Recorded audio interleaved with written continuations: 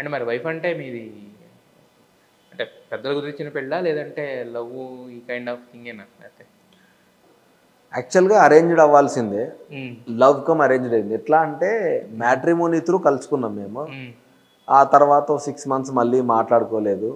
అంటే నేను film industry కదా అన్న ఒక చిన్న థాట్ వాళ్ళకు ఉండే. సో నేను కూడా డిస్టర్బ్ చేయలేదు.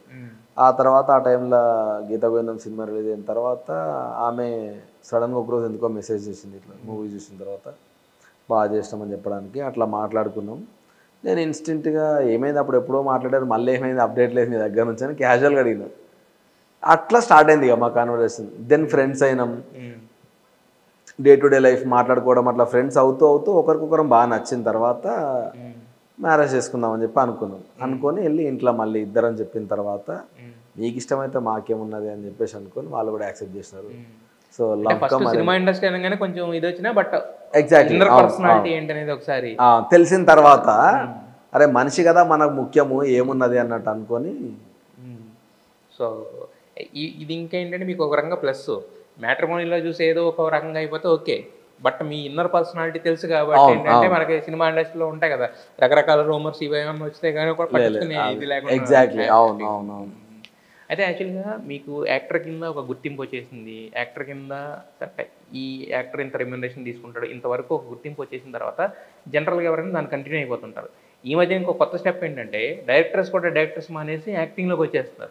యాక్టర్స్ కింద కంటిన్యూ అయిపోతుంది. ఎస్జే సూర్య లాంటి పెద్ద పెద్ద వాళ్ళు కూడా, గౌతమ్ మీనన్ ఈ కైండ్ ఆఫ్ థింగ్. బట్ మీరు యాక్టర్ కింద సక్సెస్ అయ్యి యాక్టింగ్ కంటిన్యూగా సినిమాలు చేస్తున్నప్పుడు మళ్ళీ డైరెక్షన్ అనేది అది చాలా అంటే ఒక మొత్తం 24 క్రాఫ్ట్స్ మీద దృష్టి పెట్టి చేసి ఇంత ఇది కదా బర్డెన్ కదా, మరి దాన్ని ఎందుకు ఎత్తుకున్నారు? అంటే బర్త్డే అన్నట్టు కాదన్న, ఒకటి నాకు ఏమనిపించింది అంటే ఒక ఫేజ్లో నేను ఎంత చేస్తున్నా సంథింగ్ ఈజ్ మిస్సింగ్ అన్న ఫీలింగ్ నాకు ఎప్పుడు ఉండే. ఇంకా వర్త్ అంటే ఏదో చేయాలని ఒకటి ఉండే. లేదు మన గురించి మనల్ని మనం ప్రూవ్ చేసుకోవాలి, ఎక్కడో మిస్ అవుతుందని అనిపించిన ఫేజ్లో అంటారు కదా నీకు ఆపర్చునిటీస్ రాకపోతే నువ్వే క్రియేట్ చేయ కదా అని ఒక లైన్ ఉంటుంది కదా. దాన్ని బేస్ చేసుకొని చలో డైరెక్షన్ చేద్దాం మనమే ఎందుకు అన్న ఒక థాట్ వచ్చి డైరెక్షన్ ప్రాసెస్ స్టార్ట్ చేసిన.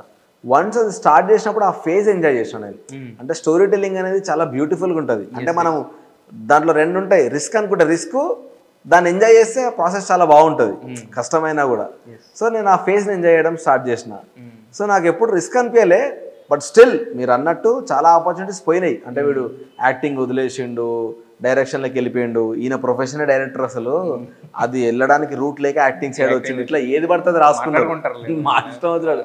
సో నేను నవ్వుకున్నా కానీ నా పాయింట్ ఏంటి అంటే వన్స్ మనం సక్సెస్ అయితే ఇవేమి మాట్లాడరు మళ్ళీ ఎండ్ ఆఫ్ ద డే మళ్ళీ మనకు వచ్చేటి ముందే తెలుసు ఆ రోజు మంచి డైరెక్టర్ ఉన్నాడు వాళ్ళే మాట్లాడు సో వస్తాయి. సో కాబట్టి నేను అవి వాటి గురించి ఆలోచించడం మానేసి మనకు నచ్చింది చేద్దామన్న ఇంటెన్షన్లో స్టార్ట్ చేసిన.